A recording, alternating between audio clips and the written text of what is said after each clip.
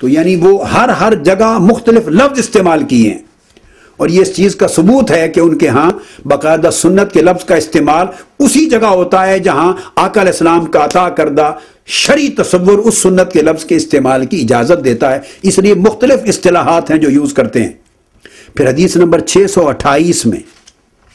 امام مالک نے روایت کیا ہے حضرت عمر فاروق رضی اللہ تعالیٰ عنہ سے، سیدنا فاروق اعظم رضی اللہ تعالیٰ عنہ راوی ہیں مجوسیوں کے بارے میں، کہ ان سے پوچھا گیا کہ یہ جو مجوسی ہیں وہ چونکہ اہل کتاب نہیں ہیں، ان کا اللہ کی نازل کردہ کسی کتاب پر ایمان نہیں ہے، اہل کتاب یہود اور نصارہ دو مذاہب ہیں، تو پوچھا گیا یہ مجوسیوں کے بارے میں کیا کریں، ان کے بارے میں حکم کیا ہے؟ تو انہوں نے پھر جب یہ بات پوچھی تو فقال عبد الرحمن بن عوف، تو عبد الرحمن بن عوف رضی اللہ تعالیٰ عنہ نے ان کے سامنے شہادت دی، سیدنا فاروق اعظم رضی اللہ تعالیٰ عنہ کے سامنے شہادت دی اور عرض کی اشہدو لسمعت رسول اللہ صلی اللہ علیہ وسلم یقول سنو بہم سنت اہل الکتاب۔ ان سے پوچھا کہ ان کے ساتھ کیا معاملہ کریں، انہوں نے فوری شہادت دی، یعنی وہ کوئی عمل آقا علیہ السلام کی سنت کے بغیر وضع نہیں کرتے تھے، گواہی لی ہے کوئی جاننے والا کہ آقا علیہ السلام نے فرمایا ہو مجوس کے بارے میں کیا کرے، تو فوری حضرت عبد الرحمن بن عوف بولے، عرض کیا کہ میں گواہی دیتا ہوں کہ میں نے آقا علیہ السلام سے سنا کہ حضور نے فرمایا کہ مجوسیوں کے ساتھ بھی وہی سلوک کرو جو اہل کتاب کے ساتھ سلوک کرتے ہو۔ یہاں لفظ سنو بہم سنت اہل الکتاب لغوی معنی میں استعمال کیا، مگر سند سنت کے شرعی معنی کے طور پہ دی۔ تو آپ نے دیکھا سند کوٹ کی آقا کی سنت کی شرعی معنی میں حضرت عمر نے طلب کی رضی اللہ تعالیٰ عنہ، اور لفظ سنو اور سننا یہ یہاں لغوی معنی میں استعمال کیا۔ تو یہ ایک طریق تھا جس کو بعض لوگوں نے سمجھا نہیں اور کم سمجھی کی وجہ سے یا تحقیق کا حق ادا نہ کرنے کی وجہ سے غلط معنی پہنا دیے اور الزام اسلام کے پورے لٹریچر پہ لگا دیا۔ اسی طرح آپ دیکھیے جلد دوم میں کتاب الحدود کے اندر امام مالک رحمۃ اللہ علیہ، یہ امام شافعی کے شیخ ہیں، حدیث نمبر 1609 کے تحت مسائل لا رہے ہیں، اور مسئلہ نمبر 15 پر وہ کہتے ہیں قال مالک والامر عندنا، ہمارے ہاں امر یہ، آپ دیکھیے، اور یہ 16 مسائل انہوں نے بیان کیے ہیں، 16 مسائل، اور وہ سارے مسائل چونکہ تحقیق کر کے استنباط کیے ہیں، ڈیرائیو کیے ہیں احکام کے طور پر، اور اس کے اوپر کیٹیگوریکل نص نہیں تھی، لہذا کسی جگہ لفظ سنت استعمال نہیں کیا، لفظ امر لائے ہیں یا تحقیق لائے ہیں یا حکم کے طور پر لائے ہیں۔ تو یہ الامر یعنی اتنی احتیاط تھی کہ اگر وہ سنت ثابت نہیں آقا علیہ السلام کی تو وہ لفظ سنت کبھی یوز نہ کرتے۔ ایسے محتاط اور متقی ائمہ کے اوپر یہ الزام، یہ ان بدتینتوں کا عمل ہے جو دراصل اسلام پہ ایمان نہیں رکھتے تھے، مگر افسوس کہ اسلام پر ایمان رکھنے والوں نے سوچے سمجھے بغیر ان کی ٹرمینالوجی کو اڈاپٹ کر لیا، اور جہاں امر پر اجماع نہ ہوتا وہاں فقط کہتے الامر عندنا، جہاں دوسرے ائمہ اور دوسرے اہل علم بھی اس پر متفق ہوتے تو اس کو کہتے مسئلہ نمبر 1 کے طور پر حدیث نمبر 1613 کے تحت الموطا میں کہتے والامر المجتمع علیہ عندنا، کہ ہمارے ہاں یہ امر مجتمع علیہ ہے، اس پر تمام اہل علم کا اجماع ہے۔ تو آپ دیکھیں وہ تو امر پر بھی اتنی احتیاط برتتے ہیں کہ جس پر اجماع نہیں اس کو فقط الامر عندنا کہتے ہیں، اور جس امر پر اجماع ثابت ہو جائے اس کے لیے کہتے ہیں الامر المجتمع علیہ عندنا۔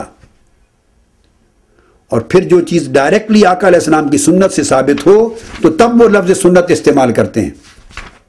یہ حدیث نمبر 1617 کتاب الاشربہ شراب کے بارے میں، تو پھر اس میں مسئلہ بیان کرتے ہیں قال یحییٰ قال مالک والسنت عندنا، کہ ہمارے ہاں سنت یہ ہے کہ انا کل من شرب شرابا مسکرا فساکرا او لم یسکر فقد واجب علیہ الحد، یہ کہتے ہیں آقا علیہ السلام سے جو سنت ثابت ہے وہ یہ ہر وہ شخص جو شراب پیے، اور شراب وہ ہے جو انٹاکسیکینٹ ہو، جو نشہ دینے والی ہو، فساکرا او لم یسکر، خواہ اس کو عملاً نشہ آئے یا نشہ نہ آئے، عادی ہے، چڑھا جاتا ہے جام کے جام اور نشہ نہیں آتا۔ تو فرمایا سنت آقا علیہ السلام کی یہ ہے کہ خواہ پریکٹیکلی نشہ آئے یا نہ آئے، مدہوش اور بے ہوش ہو یا ہوش میں رہے، یہ irrelevant ہے۔ فرمایا ان کل من شرب شرابا مسکرا، جس شخص نے کوئی شراب پی جو ان اٹ سیلف مسکر ہے یعنی انٹاکسیکینٹ ہے، نشہ لانے والی ہے، اس بندے کا کوئی سوال نہیں ہے کہ اس کو نشہ آیا یا نہیں. فقد واجب علیہ الحد، اس پر حد واجب ہے. اس کو فرماتے ہیں السنت عندنا، ہمارے ہاں یہ سنت ثابت ہے. تو یہاں پر آج ہم نے ان تمام ریفرنسز کے ساتھ یہ مقام رسالت اور حجیت حدیث و سنت کے مضمون کا پہلا حصہ ختم کیا، جو مستشرقین کے دعویٰ اور اس کے رد پر مشتمل تھا اور ہمارا پوزیٹیو ایویڈنسز پر مشتمل تھا. اب انشاءاللہ تعالی یہی موضوع، اس لیے کہ میں نے عرض کیا کہ حدیث اور سنت کی حجیت کو نہیں سمجھا جا سکتا جب تک اس کے ساتھ بریکٹ کر کے مقام نبوت و رسالت کو نہ سمجھا جائے،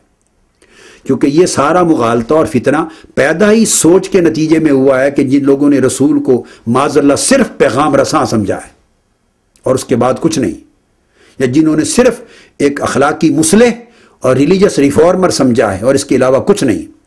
یا معاذ اللہ صرف اس دور میں قبائل اور سوسائٹی کے ڈسپیوٹس کو دور کرنے کے لیے آربیٹریٹر، ایک ثالث اور ایک حکم سمجھا ہے، اس کے علاوہ کچھ نہیں. جن بدبختوں نے نبوت و رسالت کے معنی کو نہیں سمجھا، مفہوم کو نہیں سمجھا، اس کے تصور کو نہیں سمجھا، رسالت کے مقام اور مرتبہ کو نہیں سمجھا کہ قرآن رسالت کو کیا مقام و مرتبہ دے رہا ہے، اور رسول کو رسول بنانے والا رب رسول کا کیا نقشہ دکھا رہا ہے، رسول کا کیا مرتبہ بتا رہا ہے، رسول کا کیا مقام ہمیں سجا رہا ہے. جو جنہوں نے مقام رسالت قرآن سے سمجھنے کی کوشش نہیں کی، وہ یقیناً حدیث اور سنت کو سمجھنے میں اور اس کے مرتبہ اور اہمیت کو سمجھنے میں ٹھوکر کھا گئے. لہذا جب بھی حدیث اور سنت کی حجیت اور اس کی اہمیت کو سمجھنا ہو، اس کے ساتھ نبوت و رسالت کے مقام اور منزلت کو جوڑ کے سمجھا جائے، پتہ چلے کہ رسول کا مرتبہ کیا ہے اور پھر رسول کی دی ہوئی حدیث اور سنت کی حیثیت کیا ہے. تو انشاءاللہ تعالی ہم کل سے اپنی گفتگو اسی عنوان اور اسی موضوع کے تحت اس حصے سے شروع کریں گے. وما علینا الا البلاغ.